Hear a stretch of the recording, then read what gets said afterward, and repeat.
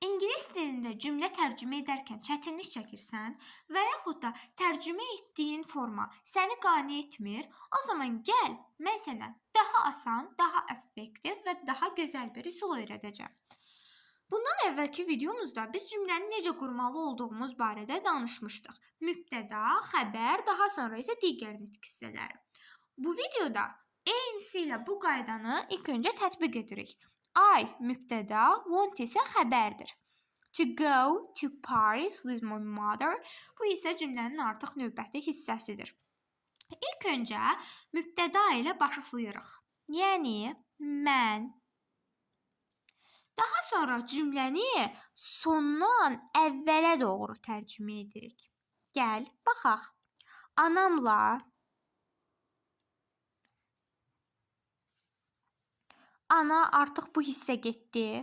Anam ilə. To Paris. Parisə. To go. Getmək. Want. İstəyirəm. Nə oldu?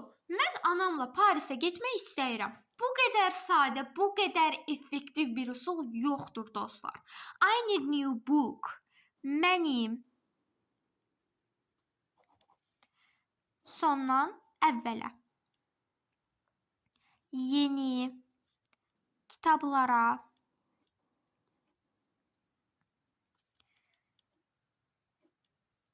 ehtiyacım var. İndi bir sual yarandı. Ay müəllimə, nəyə görə birinci new sözünü yazdın, daha sonra books sözünü yazdın? Səbəb ondan ibarətdir ki, buradakı kitabları new sözü təsvir edir. Yəni, hər bir halda sifət isimdən əvvəl gəlir deyə burada yeni sözünü kitablardan əvvələ saldıq.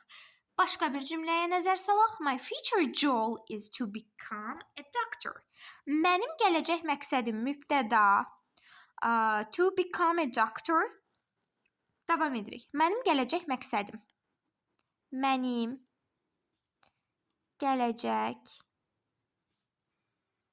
məqsədim. Artıq to become a doctor, həkim olmaq, bu yəni ismi xəbərdir. Elə olduğu kimi yazırıq. Həkim olmaqdır. Bu qədər sadə.